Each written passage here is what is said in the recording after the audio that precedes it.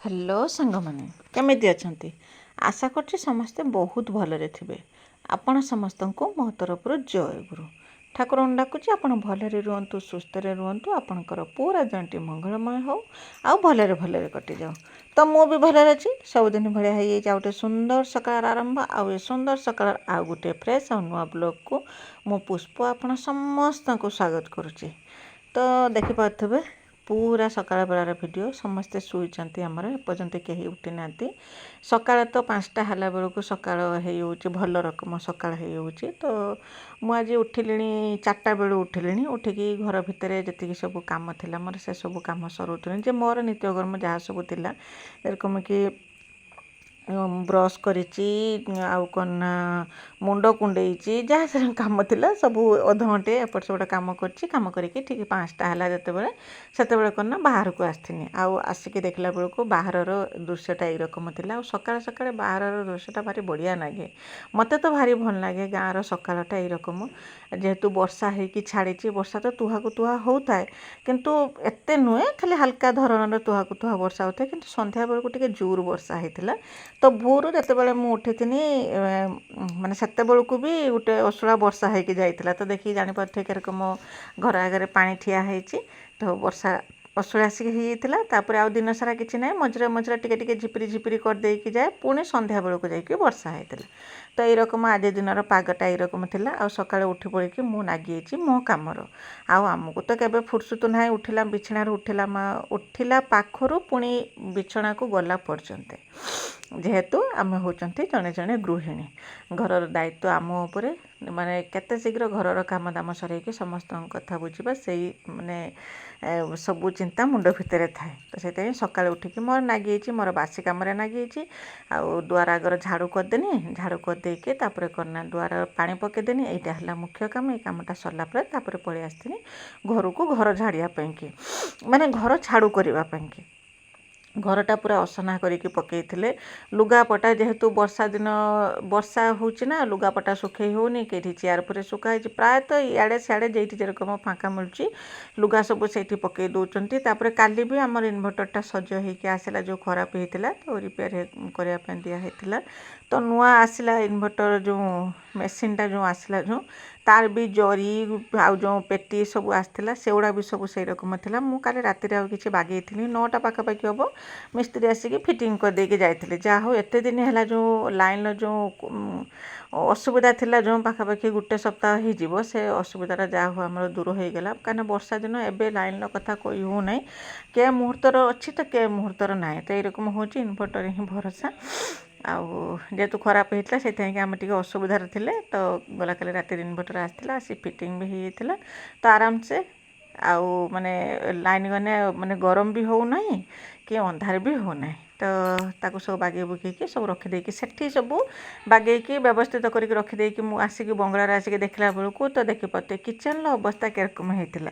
तो केबे केबे मते जदि करना समय मिले तो राति रे मु सब गुछे देकी रखिदिए आउ करना जेते बेले माने कुढ़िया नागे आउ काम करिया ପାଇଁ कि इच्छा हुएनि सेते बेले करना राति रे मु किचनटा बागाएनि जेइटी जेरकम जिनिस थिबो सेइटी सेरकम जिनिस थिबो खाई देकी केते शीघ्र जाइकी बिछଣା धरिबु सेइटा ही गुटिए कथा मन को आसे। ता छड़ा आउ किछि कथा आखि के देखा हुए ना खाइबा मात्र केरन जाइकी बिछଣା धरबू कहीं समस्त आगुरी उठबू पुणी जाइकी समस्त पछरे जाइकी शुइबू यहाँ नीतिदिनिया कथा तो मो पाई कि। तो मु आसिकी किचनटा को गुछे देथि गुछे देकी भल रकम बागेकी व्यवस्थित रखिदे आ बासन कुसन जहाँ बाहर गोटे अधे जहाँ बाहर ताकू सब नहीं करना टीएल पाखे रखिथिनी बासन एटा हूँ मोर गोटे एत भल अभ्यास खराब अभ्यास मुझे जानी मत बासन टे धूली भी देखा जी मुझे धोईकी आनमी सहीटा ही मत काम बढ़ी जाए। बाबा सब पाटी करनी कौन ये तो बेसिन नागी ये कौन धुई हेनी धुईकी कौन रखी हेनी मत कितु भल लगे जेपर्यंत मु टीएल पाखे नहीं घसी माजिकी भल रकम न धुईची से पर्यंत मत बिल्कुल भी भल लगे। तो किचनटा व्यवस्थित करके रखिदे सारापर केते सुंदर देखा किंतु ପୁଣି ଅଧଘଣ୍ଟେ ପରେ ଯେଇ କଥାକୁ ସେଇ କଥା। ବର୍ତ୍ତମାନ ପର୍ଯ୍ୟନ୍ତ ତ କେହି ଉଠି ନାହାନ୍ତି। ତ ମୁଁ ଉଠିକି କାମ କରୁଥିଲି। ତ ବାବା ବି ଉଠିଥିଲେ। ଉଠିକି ବାବା ତାଙ୍କ କାମରେ ଲାଗିଛନ୍ତି। ମୁଁ ଯେତେବେଳେ ଘର ଝାଡ଼ୁ କରିସାରିନି ସେ ଉଠି କରିନା ତାଙ୍କର ଯୋଗ କରିଥିଲେ। ଏଇଟା ତାଙ୍କର ନିତିଦିନିଆ ଅଭ୍ୟାସ। ସକାଳ ବେଳା ଯୋଗ କରନ୍ତି ସେ। ଆଉ ସେ ଯୋଗ କରିବା ପାଇଁ ବସିଥିଲେ। ମୁଁ ଝାଡ଼ୁ କରିବାର ଲାଗି ଯାଇଥିଲି। ଆଉ ଏପର୍ଯ୍ୟନ୍ତ କେହି ବି ଉଠିଥିଲେନି ଘରେ। ସମସ୍ତେ ଘର ପାଖରେ ଅଛନ୍ତି। ଭାଇ ବି ଘର ପାଖରେ ଅଛନ୍ତି। ତ ସେ ବି ସେରକମ ଶୋଇଥିଲେ। ସମସ୍ତେ ଉଠିବା ଆଗରୁ ଘର କାମ ଯେତିକି ଥିଲା ମୁଁ ସରେଇ ଦେଇଥିଲି। ଏଇଟା ମୋତେ ଭାରି ଖୁସି ଲାଗେ। ଆଉ ଉଠି ସାରିଲା ପରେ ଟିକେ ହଡ଼ବଡ଼ ହେଇଗଲା ରକମ ଯାଏ। କାମ ଶୀଘ୍ର ସରିପାରେ ନାହିଁ। ତ ଘର ଝାଡ଼ୁ କରିଦେଇଥିଲି। ଝାଡ଼ୁ କରିଦେଇକି ଆସିକି ବସିଗଲି। ଟିକେ ସକାଳ ବେଳା ଟିକେ ଗରମ ହେଉଥିଲା। କାହିଁକିନା ଏଇ ଯେଉଁ ବର୍ଷାଟା ହେଇଗଲା ସେଇଥିପାଇଁ କି ଗରମ ଟିକେ ଅଧିକା ହେଉଥିଲା। ଫ୍ୟାନ୍ ଦେଇକି ଟିକେ ସମୟ ବସିଗଲି। ବସିକି ମୋ ଯେଉଁ ସକାଳେ ଯେ ପାଣି ପିଏ, ଯେଉଁ ଖାଲି ପେଟ ଚିଆ ସିଡ୍ସ ଆଉ ଜିରା ପାଣି ତାକେ ପିଏ, ତାକେ ଟିକେ ବସିକି ପିଇ ଦେଇଥିଲି। ଆଉ ପିଇ ଦେଇ ସାରିକି ଯାଇକି ଲାଗି ଯାଇଥିଲି କାମରେ। ଆଉ ସକାଳ ବେଳା ତ ଫୁର୍ସତ ନାହିଁ। ଆଉ ବସିବୁ କ'ଣ ନା କଥା କହିବୁ କ'ଣ। ତାପରେ ମୁଁ ବାବା ଏଠି ଯୋଗ କରୁଛନ୍ତି। ତାଙ୍କର ଯୋଗ ସରିନାହିଁ। ବାବାଙ୍କର ଯୋଗ ସରିଲା ପରେ ତାପରେ ଆମେ ଯିବା କ'ଣ ନା ଗୁହାଳକୁ ଯିବା। କେବେ କ'ଣ ନା ଚା କରିକି ପିଇ ଦେଇକି ଯାଉ। କେବେ ଗୁହାଳରୁ ଆସିକି ଚା ପିଉ। ଏରକମ ମାନେ ରୁଟିନ୍ରେ ଆମର କାମ ଥାଏ। ତ ମୁଁ ଆସିକି ଦେଖିନି, ଯଦି ବାବାଙ୍କର ଯଦି କାମ ସରିଥିବ ତ ଗାଈ ଦୁହିଁବା ପାଇଁକି ଯିବା। ସେଠି ଗାଈ କାମ ସରେଇ ଦେଇକି ଆସିକି ମୁଁ ସେପଟର କାମ କରିବି। ତ ଦେଖିଲା ବେଳକୁ ବାବାଙ୍କର ଯୋଗ ସରିଥିଲାନି। ଆଉ ମୁଁ ପଳେଇ ଆଇନି ଏପଟିକି କାମ କରିବା ପାଇଁକି। ଏପଟେ ସେରକ ଛିନଛତ୍ର ହେଇକି ପଡ଼ିଛି। ଛିନଛତ୍ର ବେଶୀ କିଛି ହେଇନାହିଁ। ତ ଯାହା ସବୁ ଖରିକି ପୁରିକା କରିକି ଖରକାଣି ଏପଟିକି କାଢ଼ିନି, ତାକୁ ତ ବାହାର କରିନି। ଏଇପଟରେ କ'ଣ ନା ପିମ୍ପୁଡ଼ି ଲାଗିଛନ୍ତି। ବର୍ଷା ଦିନ ଆସିଲା, ଯେକୌଣସି ଜିନିଷ ରଖିଲେ ସେଇଥିରେ କ'ଣ ନା ପିମ୍ପୁଡ଼ି ଲାଗିଯିବ। ଆଉ ସେ ପିମ୍ପୁଡ଼ି ଯଦି ପାଦରେ ଚଢ଼ିବେ ସିନା ଆମ ମୁଣ୍ଡରେ ଯାଇକି ଉଠିବେ। ଛୋଟ ପିମ୍ପୁଡ଼ି। ଆଉ ସେମାନେ ବହୁତ ଜୋରସେ କାମୁଡ଼ନ୍ତି ବି ବହୁତ ଜୋରସେ। ସେଇ ପିମ୍ପୁଡ଼ି ହେଇଥିଲେ। ଯାହା ହଉ ମୁଁ କଷ୍ଟେ ମଷ୍ଟେ ଗଲା, କାଲି ରାତିରୁ ହେଲେଣି ପିମ୍ପୁଡ଼ି। କିନ୍ତୁ ତାକୁ ତ କିଛି କରିହେବ ନାହିଁ। ଟିକେ ଖରକା ପୁରକା କରିଦେନେ କେହି ଜିନିଷଟାର ଯଦି କିଛି କେରକମ ନଡ଼ିଆ ଖୋଳପା କି କେଇଠି କ'ଣ ନା ତେଲ ଟିକେ ପଡ଼ିଗଲା କି କ'ଣ ଯାହା ଟିକେ ପଡ଼ିଯାଇଥିବ, ସେ ପିମ୍ପୁଡ଼ି ସାଙ୍ଗେ ଆସିକି ଗୁନ୍ଥିଯିବେ। ତ ଏଇପଟରେ ସେରକମ ତେଲ ଜରି ଗୋଟେ ପଡ଼ିଥିଲା ପଲିଥିନ୍। ତ ସେଇଥିରେ କ'ଣ ନା ପୁରା ଗୁନ୍ଥିଛନ୍ତି। ଏତେ ସେ ପିମ୍ପୁଡ଼ି ଆସିକି ଲାଗିଥିଲେ ଯେ ରାତିରେ ତ ମୁଁ ମାନେ ଲୁଗା ବଦଳେଇକି ଶୋଇନି। ଏରକମ ଲୁଗା ସାରା ମୋର ପିମ୍ପୁଡ଼ି ଚଢ଼ିଯାଇଥିଲେ। ମୁଁ ବି ଜାଣି ନାହିଁ ପିମ୍ପୁଡ଼ି ଅଛନ୍ତି ବୋଲି। ଯେତେବେଳେ ଖିଆପିଆ ସରିଲା, ମୁଁ ବାସନ ଆଣିକି ଧରିକି ଆସିଥିଲି ଟିୱେଲ୍ ପାଖକୁ। ସେତେବେଳେ କ'ଣ ନା ପିମ୍ପୁଡ଼ି ମୋ ଦେହରେ ଚରି ଯାଇଥିଲେ। ତାପରେ ମୁଁ ଲୁଗା ବଦଳେଇକି ଶୋଇନି। ମୁଁ ସେ ଲୁଗାଟା ପିନ୍ଧି ବି ପାରିଲିନି। କାହିଁକିନା ଲୁଗାରେ ଚଢ଼ିଥିଲେ ପିମ୍ପୁଡ଼ି, ଯେଇଠି ପାରେ ସେଇଠି କାମୁଡ଼ୁଥିଲେ। ଟୁକ୍ କରିକି କାମୁଡ଼ି ଦେଉଥିଲେ। ତ ତାକୁ ସବୁ କ'ଣ ନା ଖରକା ପୁରକା କରିଦେନି। ସେ ଜିନିଷଟା ବାହାର କରିକି ଫିଙ୍ଗିଦେନି, ପିମ୍ପୁଡ଼ି ଆଉ ଘରକୁ ଆସିବେନି। ସେ ଜିନିଷଟା ବାହାର କରିକି ଫିଙ୍ଗିଦେନି। ଫିଙ୍ଗି ଦେଇ ସାରିକି ସେଟା ଖରକା ପୁରକା କରିଦେନି। ପୁରା ପରିଷ୍କାର କରିଦେନି। ଆଉ ପିମ୍ପୁଡ଼ି ରହିବା ପାଇଁକି ଜାଗା ହେଲାନି। ପରିଷ୍କାର କରିଦେଇ ସାରିକି ତାପରେ ଆସିଥିଲି କ'ଣ ନା ଚୁଲି ପାଖକୁ। ଚୁଲି ପାଖଟା ସେରକମ ଖରକା ପୁରକା କରିକି ପରିଷ୍କାର କରିଦେମି। ଗଲା କାଲି ବେଳଓଳି ଚୁଲିରେ ଛୁଞ୍ଚ ମାରିଥିଲିନି, ସେଇ ରକମ ରହିଥିଲା। ଆଉ ଗୋଟେ କାମ ରହିଗଲାକୁ ସେ କାମଟା ପୁରା ପାହାଡ଼ ଭଳିଆ ଲାଗୁଛି। କେତେ ଶୀଘ୍ର ସେ କାମଟା ସରିବ। ସେ ଚୁଲିରେ ଛୁଞ୍ଚ ମାରିବା ହଉ କି ବାସନ ଧୋଇବା ହଉ କି ଘର ଝାଡ଼ୁ କରିବା ହଉ, ସେଇଟା ଗୋଟେ ମୁଣ୍ଡ ଉପରେ ପାହାଡ଼ ଯେରକମ ବୋଝ ମୁଣ୍ଡେଇକି ଚାଲନ୍ତି ସେଇ ରକମ ଲାଗୁଛି। କେତେ ଶୀଘ୍ର କାମ ସରେଇବା। ତ ସେପଟର କାମ ସରେଇ ଦେଇଥିଲି। ତ ଖରକା ପୁରକା କାମ ମୋର ସରିଗଲା। ତାପରେ ଚୁଲି ପାଖକୁ ଆସିକି ଚୁଲି ପାଖଟା ଖରକା ପୁରକା କାମ ସବୁ ସରେଇଦେନି। ଏବେ କ'ଣ ନା ଚୁଲିରେ ଟିକେ ଛୁଞ୍ଚ ମାରିମି। ଚୁଲି କତର କାମ ମୋର ସରିଯିବ। ଛୁଞ୍ଚ ମାରି ସାରିକି ତାପରେ ଯିବି କ'ଣ ନା ବାସନ ଧୋଇବା ପାଇଁକି। ତ ବାସନ ମୁଁ ଧୋଇଥିଲିନି, ଛୁଞ୍ଚ ମାରି ସାରିଛି। ତ ବାବାଙ୍କର ଯୋଗ ସରିଗଲା। ଜଣଙ୍କ ଯୋଗ ସରିଗଲା। ତ ସେଠୁ ବାବା କହିଲେ ଚାଲ ଯିବା ଗାଈ ଦୁହିଁ ଦେଇକି ପଳେଇ ଆସିବା। ଆଜି ତ ବାଡ଼ିରେ କିଛି କାମ ନାହିଁ। ସତ କଥା ହେଲା, ବାଡ଼ିରେ କିଛି କାମ ନାହିଁ। କାହିଁକିନା ଗଛ ତ ସବୁ ଖରାପ ହେଇଗଲାଣି। ନିତି ବର୍ଷା ହେଉଛି। ଆଉ ନୂଆ ତ କିଛି ଗଛ ଲଗେଇ ହେଉନି। ଯାହା ବି ଗଛ ଥିଲା ସେଥିରୁ କ'ଣ ନା ବିଶେଷ କିଛି ପରିବା ବାହାରୁନି। କହିଲେ ଖାଲି ଗାଈଟା ଦୁହିଁ ଦେଇକି ପଳେଇ ଆସିବା। ତ ମୁଁ କ'ଣ ନା ଚୁଲିରେ ଛୁଞ୍ଚ ମାରି ଦେଇକି ଯାଇଥିଲି। ଗାଈଟା ଦୁହିଁ ଦେଇକି ପଳେଇ ଆସିଥିଲି। ପଳେଇ ଆସିକି ତାପରେ କ'ଣ ନା ମୁଁ ବାସନ ଧୋଉଥିଲି। এই যে ବାସନ ଧୋଉଥିଲି ଯେତେବେଳେ, ସେତେବେଳେ କ'ଣ ନା ଆମର ଜଣେ କରିକି ଉଠିଲେ। ସେତେବେଳକୁ ପାଖାପାଖି 7ଟା ବାଜିଯାଇଥିଲା। ତ ଉଠିଲେ ଯେରକମ ମୋ ବାସନ ଧୁଆ ସରିଲା। ଆଉ ସମସ୍ତେ ଜଣେ କରିକି ଉଠିଲେ। ଆଉ ମୁଁ ଯାଇକି କ'ଣ ନା ଚା ବନେଇଥିଲି। ଚା ବନେଇକି ଭାଇଙ୍କି ଦେଇଥିଲି, ବାବାଙ୍କୁ ଦେଇଥିଲି। ଆଉ ମୁଁ ବି ଟିକେ ପିଇଥିଲି। ବାସନ ଧୁଆ ସରିଲା ପରେ ସବୁ କାମ ମୋର ସରିଯାଇଥିଲା। ତାପରେ କ'ଣ ନା ଗାଧୁଆ ପାଧୁଆ, ଠାକୁର ପୂଜା, ବାସ୍ ଏଇ ରକମ ମୋର ସକାଳ ରୁଟିନ୍ଟା ମାନେ ପୁରା ବ୍ୟସ୍ତରେ କଟିଯାଏ।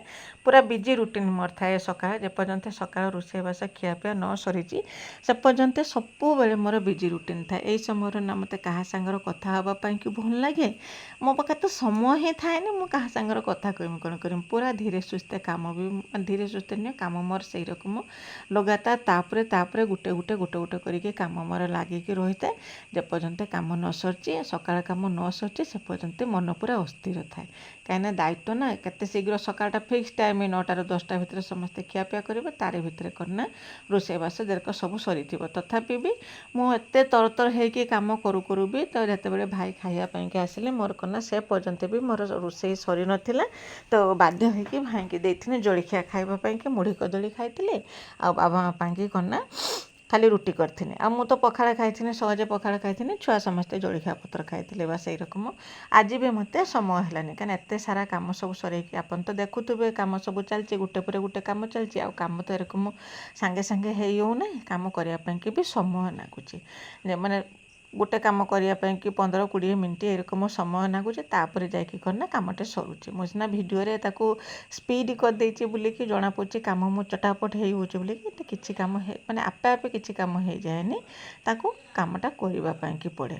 ତ ଗ୍ୟାଲନ୍ର ଲୁଗା 2ଟା ଥିଲା, ସେ ଲୁଗା 2ଟା ବି ମୁଁ ମାଡ଼ି ଦେଇଥିଲି, କାହିଁକିନା ଆଜି ସକାଳେ ଭଲ ପାଗ କରିଥିଲା। ମୁଁ କହିନି ନା ଲୁଗା 2ଟା ସଫା କରିଦେଲେ ଶୁଖିଯିବ, କାହିଁକିନା ତାଙ୍କର ଯେଉଁ ପାଣି ବୁଡ଼ି ଯାଇଥିଲା ସେଥିପାଇଁକି ହଷ୍ଟେଲର ଛୁଟି ଦେଇଥିଲେ। ସେ ଘରକୁ ଆସିଛି, ଆଉ କେ ମୁହୂର୍ତ୍ତରେ ହଷ୍ଟେଲର ଯେତେବେଳେ ପାଣି କମିଯିବ ତ ଆପେ ହଷ୍ଟେଲ ଖୋଲିଯିବ, ସେ କେ ମୁହୂର୍ତ୍ତ ଯିବ। ତ ସାର୍ଟ 2ଟା ତାର ହୋଇଯାଇଥିଲା, ଗେଞ୍ଜି 2ଟା, ତାକୁ ଧୋଇଦେନି। ଧୋଇ ଦେଇକି ତାକୁ ରଖି ଗାଧୁଆ ପାଧୁଆ କରିକି ଠାକୁର ପୂଜା କରିଦେଇକି ମୁଁ ସିଧା ପଳେଇ ଆସିନି ଗ୍ୟାସ୍ ପାଖକୁ। ଆଉ ଯେତେବେଳେ ମୁଁ ଆସିକି ରୁଟି ବେଲୁଛି ସେ ସମୟରେ ଭାଇକି ଆସିକି କହିଲେ, କାହିଁକିନା ମୋତେ ବହୁତ ଜୋରସେ ଭୋକ ଲାଗିଲାଣି, ମୁଁ ରହିପାରିବିନି, ମୋତେ ଜଳଖିଆ ଦେଇଦିଅ। ଆଉ ମୋ ଭାଇକି ଜଳଖିଆ ଦେଇଥିଲି, ଭାଇ ଜଳଖିଆ ଖାଉଥିଲା। ଆଉ ତାରି ଭିତରେ ମୁଁ ବାବାଙ୍କ ପାଇଁକି ବନେଇ ଦେଇଥିଲି ରୁଟି ଆଉ ଭଜା କରିଦେଇଥିଲି, ବାବାଙ୍କୁ ବି ଦେଇଥିଲି ଖାଇବା ପାଇଁକି, ଆଉ ଆମେ ସମସ୍ତେ ବି ଖାଇଥିଲେ। ସମସ୍ତେ ତ ଯିଏ ଯେରକ ଜଳଖିଆ ପତ୍ର ସବୁ ଖାଇଥିଲେ, କିନ୍ତୁ ମୋର ଥିଲା ଖାଇବା ଥିଲା ପଖାଳ ସାଙ୍ଗକୁ ଆଳୁ ଭଜା, ଆଳୁ 2ଟା ଭାଜିଥିଲି ମୋ ପାଇଁକି, ଭଜା ଭାଜିକି ପେଟେ ପଖାଳ ଖାଇ ଦେଇଥିଲି। ଆଉ ଖାଇ ଦେଇ ସାରିଲା ପରେ ବି ଆଉ ରେଷ୍ଟ କାହିଁ, ପୁଣି ଦ୍ୱିପହର ପାଇଁକି ଏପଟେ ଖିଆପିଆ ସରିଥିବ କି ନ ସରିଥିବ, ପୁଣି ଦ୍ୱିପହର ପାଇଁକି ଚୁଲି ଲାଗିଯିବ, ଚୁଲି ଲାଗିକି ଭାତ ଟିକେ ବସିଯିବ। ଏଇ ରକମ କାମ ଚାଲିଥାଏ। ଯେତେବେଳେ ଲାଗିବ ଯେ ଦ୍ୱିପହରେ ଖିଆପିଆ କାମ ଦାମ ସବୁ ସରିଗଲା, ସମସ୍ତେ ଖାଇ ପିଇ ଦେଇକି ଯେ ସୁସ୍ଥ ହେଇକି ଯାଇକି ଶୁଆ ବସା କଲେ, ସେତେବେଳେ ଲାଗେ ଯେ କାମ ସରିଲା ବୋଳିକି। ସମସ୍ତେ ଖିଆପିଆ କାମ ତ ସରିଯାଏ, କିନ୍ତୁ ତାପରେ ରହିଯାଏ ବାସନକୁସନ, ଘର ଦ୍ୱାର, ପାଣି ଆଣା, ଏରকম ସବୁ ବିଭିନ୍ନ ପ୍ରକାର କାମ ସବୁ ରହିଯାଏ। ସକାଳଠୁ ସନ୍ଧ୍ୟା ପର୍ଯ୍ୟନ୍ତ କାମର ହିସାବ ହିଁ ଥାଏନି। ଜଣେ ହିସାବ କରିକି କହିଦେବ ଯେ ଏଇ କାମଟା ମୁଁ ଏତିକି ସମୟ କନି କି କ'ଣ କନି, ସେଟା ହିସାବ ବି ମିଳେନି, ଯେତେ ସବୁ କାମ ହେଇଥାଏ ସକାଳଠୁ ସନ୍ଧ୍ୟା ପର୍ଯ୍ୟନ୍ତ। ତ ତାପରେ ନା ଖିଆପିଆ ସରିଗଲା, ବାସନକୁସନ ଧୁଆଧୁଇ ସବୁ ସରେଇ ଦେଇକି ମୁଁ ପଳେଇ ଆସିଥିଲି ନା ତାକୁ ସବୁ ଗୁଛେଇକି ବ୍ୟବସ୍ଥିତ କରିକି ବାସନକୁସନ ସବୁ ରଖିଦେମି। ଆଉ ସେପଟର ଚୁଲି ବି ଯାଇକି ମୁଁ ନଗେଇଥିଲି, ଚୁଲି ମୁଁ ନଗେଇଥିଲିନି, ବାବାଙ୍କୁ କହିଥିଲି ଜାଳ କାଠ ସବୁ ଆଣିକି ରଖିଥିଲେ। ତ ବାବାଙ୍କୁ କହିଥିଲି ଟିକେ ନା ଚୁଲିଟାକୁ ନଗେଇ ଦିଅ, ବାବା ଯାଇକି ଚୁଲି ନଗେଇଥିଲେ। ଆଉ ମୁଁ କ'ଣ କରିଥିଲି ନା ଭାତ ଟିକେ ନେଇକି ଚୁଲିରେ ବସେଇ ଦେଇ ଆସିଥିଲି, ଚାଉଳ ଧୋଇକି ବି ପଣି ଦେଇଥିଲି। ଆଉ ପଣି ଦେଇ ସାରିକି ତାପରେ ଆସିଥିଲି ଖାଇବା ପାଇଁକି, ଖାଇଦେମି। ଖାଇ ଦେଇ ସାରିକି ତାପରେ ଆଉ ବାକିଆ ଯେ କାମ ସବୁ ରହିଲା ସେସବୁ କାମ କରିମି ବୋଲିକି। ତ ଆଜି ଦିନଟି ତ ମୋର ମର୍ଣ୍ଣିଂ ରୁଟିନ୍ ଏମିତି ଭାବରେ କଟିଲା। ଆଶା କରୁଛି ଭିଡ଼ିଓଟି ଆପଣଙ୍କୁ ପସନ୍ଦ ଆସିଥିବ। ଯଦି ଭିଡ଼ିଓ ପସନ୍ଦ ଆସିଥିବ ଚ୍ୟାନେଲକୁ ସବସ୍କ୍ରାଇବ୍ କରିକି ଭିଡ଼ିଓକୁ ଲାଇକ୍ ଟିକେ କରିଦେବେ। ଆଉ ଛୋଟ ସ୍ନେହ ଭରା କମେଣ୍ଟଟେ ମୋ ପାଇଁ ଲେଖିଦେବେ ଯେ ମୋ ଭିଡ଼ିଓ ଆପଣଙ୍କୁ କେମିତି ଲାଗୁଛି ବୋଲିକି। ଆଉ ଆପଣମାନେ ମୋ ଭିଡ଼ିଓ କେଉଁଠୁ ଦେଖୁଛନ୍ତି ମୋତେ କମେଣ୍ଟ କରିକି ଜଣାଇବେ। ଆଉ କେହି ଯଦି ମା, ଭଉଣୀ, ଭାଇ କାହାକୁ ଯଦି ମୋ ଭିଡ଼ିଓ ଯଦି ପସନ୍ଦ ଆସୁଥାଏ ତ ଚ୍ୟାନେଲକୁ ନିଶ୍ଚୟ ଟିକେ ସବସ୍କ୍ରାଇବ୍ କରିଦେଇକି କମେଣ୍ଟରେ ଲେଖିବା ପାଇଁ ବିଲକୁଲ ବି ଭୁଲନ୍ତୁନି। କେତେ ପରିଶ୍ରମ କରିକି ଭିଡ଼ିଓ ବନାଉଛି, ଆଉ ତା ବଦଳରେ ଆପଣଙ୍କଠୁ ଟିକେ ଭଲ ପାଇବା ହିଁ ଆଶା କରୁଛି, ତା ଛଡ଼ା ଆଉ କିଛି ନୁହେଁ। ବାସ୍ ଆପଣଙ୍କ ଭଲ ପାଇବା ଆଶାରେ ହିଁ ରହିଛି। ତ ତାପରେ ଚୁଲି ଦେଖେ ମୁଁ ଖିଆପିଆ ସରିକି ବାସନକୁସନ ସବୁ ପକାଇ ଦେଇକି ମୁଁ ଯାଇଥିଲି ଚୁଲି ପାଖକୁ, ଦେଖିନି ଭାତ ଫୁଟିଲା ନା, ଭାତ ଫୁଟିଥିଲାନି, ଚୁଲିରେ ଜାଳ ପକାଇ ଦେଇକି ପଳେଇ ଆସିନି। ଆଉ ଲୁଗାପଟା ଯେ ସବୁ ଧୋଇଥିନି ତାକୁ ନେଇକି ଗନି ସବୁ ବାଲକୋନିରେ ଶୁଖେଇବା ପାଇଁକି, ତାକୁ ଶୁଖେଇଦେନି। ଶୁଖେଇ ଦେଇ ସାରିକି ଆସିନି ଯେଉଁ ବୋତଲରେ ପାଣି ଥିଲାନି, ବୋତଲର ସବୁ ପାଣି ଭରିଥିନି, ପାଣି ଭରିକି ମିକିଲିକି ଦେଇଥିନି, ବୋତଲ ସବୁ ସେ ନେଇଯାଇଥିଲା। ତାପରେ ଯେଉଁ ଖାଇବା ବାସନ ଯାହା ସବୁ ଥିଲା ତାକୁ ସବୁ ଧୁଆଧୁଇ କରିଥିନି। ଧୁଆଧୁଇ କରିସାରିଲା ବେଳକୁ ଭାତ ହେଇଗଲା, ଭାତ ଗାଳି ଦେଇଥିନି। ଭାତ ଗାଳି ଦେଇକି ତାପରେ ଦ୍ୱିପହର ତରକାରୀ ପତ୍ରର ବ୍ୟବସ୍ଥା କରିଥିନି। ଆଉ ଗଲା ଭିଡ଼ିଓରେ ବିଜୟଲକ୍ଷ୍ମୀ ଦିଦି, ସ୍ନେହଲତା ଦିଦି, ସୁବ୍ରମଣ୍ୟ ଦିଦି ବହୁତ ସୁନ୍ଦର କମେଣ୍ଟ ଲେଖିଥିଲେ। ସମସ୍ତଙ୍କୁ ମୋ ତରଫରୁ ବହୁତ ବହୁତ ଧନ୍ୟବାଦ। ତ ୟା ପରେ ମୁଁ ଆଉ କିଛି ଭିଡ଼ିଓ ବନେଇଥିଲିନି। ତ ଆଜି ପାଇଁ ରହୁଛି। ବାଏ ବାଏ, ଜୟ ଗୁରୁ।